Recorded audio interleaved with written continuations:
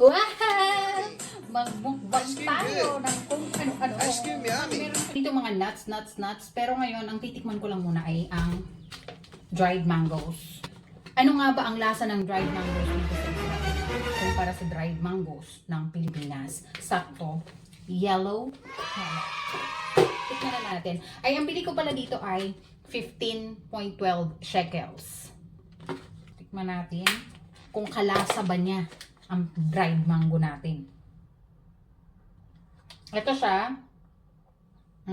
Thank you, Lord.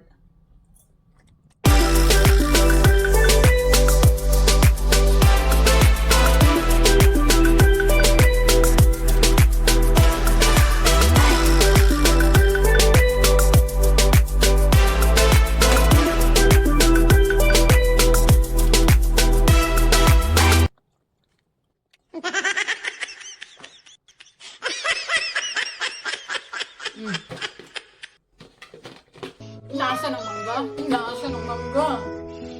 Lasang mangga. Hindi siya lasang mangga. Mas masarap pa rin yung dried mangoes ng Pilipinas. Bibili pa ba ako sa susunod? Hindi na siguro. Chocolate na lang. Bye!